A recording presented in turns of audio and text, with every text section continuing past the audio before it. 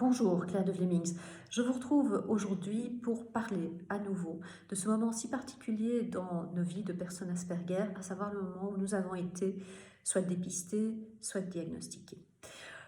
Et hier, je vous ai dit qu'au moment où on l'apprenait, c'était une crise, on était dans quelque chose qui est absolument impensable, on est dans le déni et puis petit à petit, on sort de ce déni. Et quand on va sortir de ce déni, partiellement ou totalement, on va être face aux trois grandes émotions, à savoir la tristesse, la colère et la peur. Et ces émotions, on va les éprouver simultanément, on va les éprouver de manière superposée et elles vont être vraiment extrêmement liées entre elles. Et il est important de savoir quelle est l'émotion qui prédomine à un certain moment. Et pour ça, je vais vous donner un truc. Quand on est triste, on est dans le passé. Et donc la question à se poser, quand on dit oui, ça me rend triste, c'est qu'est-ce que j'ai perdu? Si on n'a rien perdu, on n'est pas triste, c'est une autre émotion qui est là. Quand on est en colère, on est dans le présent. Et la question à se poser quand on est en colère, c'est qu'est-ce qui empiète sur mon territoire? Et quand on a peur, on est dans le futur.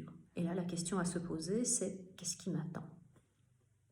Et donc, ces trois émotions, on va les éprouver pendant un certain temps. Et aujourd'hui, je voulais me concentrer plus spécifiquement sur l'émotion de la tristesse, à savoir ce qu'on a perdu. Parce que quand on est dépisté ou diagnostiqué, tout à coup, on se rend compte que notre vie aurait pu être extrêmement différente si on avait été dépisté, diagnostiqué quand on avait 5 ans, quand on avait 15 ans, quand on avait vraiment toute la vie devant nous.